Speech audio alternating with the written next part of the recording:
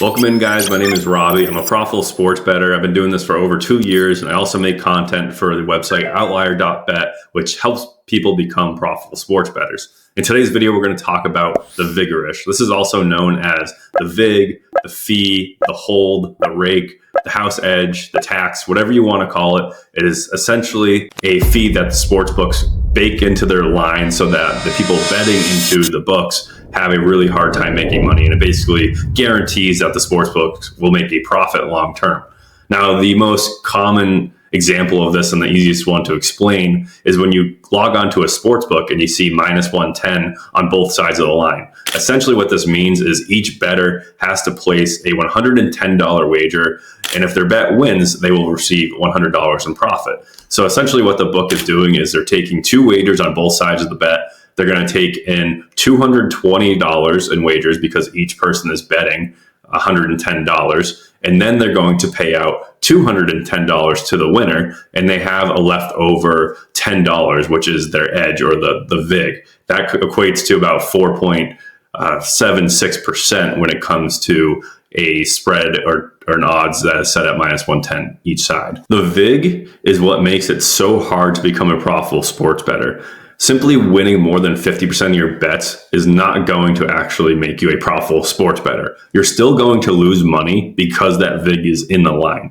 So for a minus 110 line, for example, you need to win 52.38% of your bets just to become profitable or just to break even. So if you are betting minus 110 lines and you're winning 51% of the time, which is actually quite an accomplishment if you're not doing like some crazy amount of detailed research and using tools to find these bets, winning 51% of the time is a huge accomplishment, but you're still going to lose money long term. Like I said, you need to win at least 52.38% of your bets, which just about no one can do without intensive research and excessive tools. The goal of a sportsbook is to set their minus 110 lines as accurately as possible. Now, these are billion-dollar companies with millions of employees, tons of data. They have way more data than you'll ever have, more information than you have. They are extremely hard to beat, and thinking that you can just watch a few games, wake up in the morning, do some simple research to beat them is just wrong, because their whole main goal is to set minus 110 lines that are extremely accurate, and they've been proven to do that.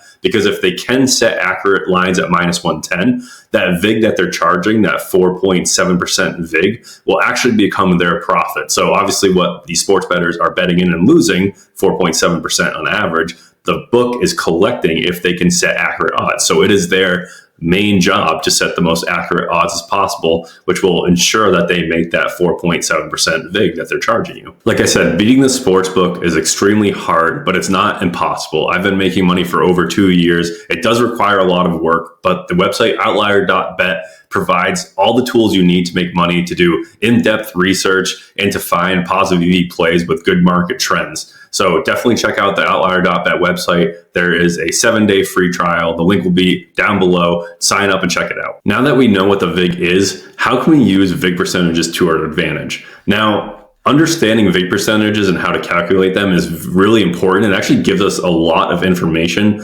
about certain sportsbooks and certain markets within that sportsbook.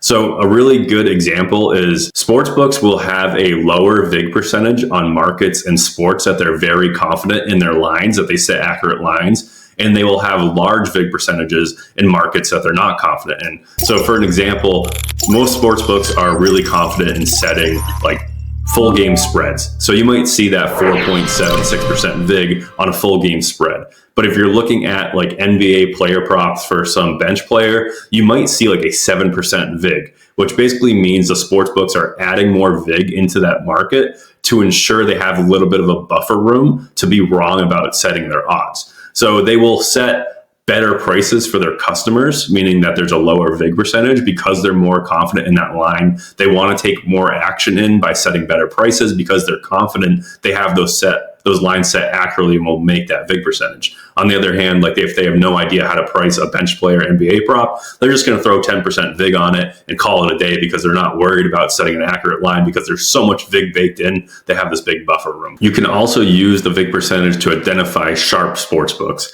So for an example, we talked about those spreads that are typically priced at minus 110 on retail books like FanDuel, DraftKings, Caesars. But you can often see even better prices and lower VIG percentages on some of the sharp books like Pinnacle, Bookmaker, and Circa. They might be offering minus 108 on both sides, or even minus 105 sometimes. So you can guarantee that they are more confident in their prices, in their odds, because they're taking less VIG. So essentially what we can do, and what Outlier is great for, their pro plan, gives you the ability to search for plays using these sharp books like Pinnacle, and then you can find good value compared to the Pinnacle prices with the VIG removed to find some great bets and become profitable. That's how I make most of my money sports betting. The perfect example of a sportsbook being very confident in one market and then driving the VIG percentages down to get customers to bet it because they're so confident in that line is the Super Bowl coin flip. Now, obviously, just like the sportsbook, we all know that the probability of a coin landing on heads or tails is 50%.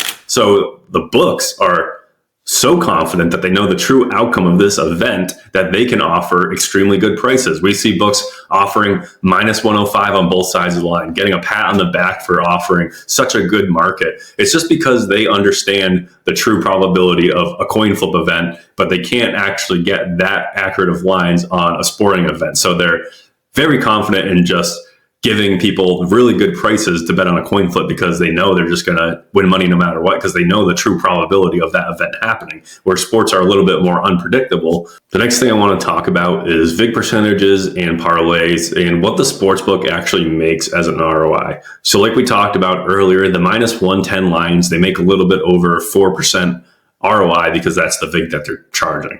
But overall, looking at the big picture of what a sportsbook makes, they actually make over 9% profits on every single bet place. So that means if you are a $100 bettor and you're kind of just blindly betting into the market, you are expected to lose about 9% or $9 every time you put $100 into that sportsbook. Now, the reason this percentage is so much higher than the typical VIG you see is because of parlays and the growing popularity of parlays. So for an example, if you build a 3-leg parlay, and each leg you add has a 5% VIG, then you are adding 3 5% VIG bets together for a total bet of 15% VIG. So now if you have a 3-leg parlay that you're throwing $100 on, you are expected to lose 15% because you have 3 legs together that are each 5% VIG. That's why I typically push for people not to bet parlays if you don't have an edge. If you have an edge in your betting, then yes, you can place parlays. But typically, parlays are the number one reason sportsbooks make money, or at least big profits. And they're just pushing them so hard on their customer base right now because people love betting them. They love seeing these big payouts, but it's much better to just kind of pick away at them for straight bets and make money that way. I'm hopping over to the Outlier Pro page. This is where I find thousands of positive EV bets every year, but I'm not here to find bets. We have other videos for that. We're here to talk about the VIG percentage and kind of just break down the different types of VIG percentages you might see on certain markets and certain books. So right here, I filtered this from the highest VIG plays down. And this is just NBA bets for today's slate of games. So we have Evan Mobley under 8.5 rebounds, and FanDuel has it priced at 106, but they have 7.58% VIG in this rebounds market. Now, this probably means FanDuel is not very confident with their line at plus 106, and they just added a bunch of VIG in there to make up for their uncertainty. But what this does tell you, and this is kind of the reason that I'm continuing this video, is if you are blindly betting, you look at all these player props down here. Most of these player props are well over 7% VIG. You are giving up a lot of value if you are just blindly placing bets. Like, really understand what you're doing. If you're placing thousands of dollars of wagers every single week, you're giving up so much money by giving up an average of 7% VIG. So like I said, you're going to see a lot of these high VIG percentages on these player prop markets. Typically like the points market is usually a little bit better, lower VIG percentages than like a points, rebounds, and assists or combo markets. But typically any type of prop bet, you could be seeing 7% or more. So let's filter this the other way and find the lowest VIG percentages, which should be like mainline stuff. So we're seeing a first quarter money line bet, which FanDuel has only a 3% VIG on. We're seeing a total for the full game on ESPN. They only have 3.45% VIG. So these are lines that these books are a little bit more confident in because they're offering lower vig percentages. But it also just gives you a good idea. Like if you're just going to blindly place bets for fun, I recommend sticking to mainline stuff because you will lose less money in the long term. Now we know sports betting, it's mostly entertainment for a lot of people, but in my eyes, it can be both. It can be something that you do as a side hustle to make money, but along with having fun doing that. Now that's the perfect combo. That's why I love this stuff so much. Like I said, you can check out the Outlier Pro plan and you can find positive EV bets. You can watch other YouTube videos that will give out way more information of actually how to place bets. So appreciate you guys watching. Hope that answered all your questions about vig percentages. I'll see you guys next time.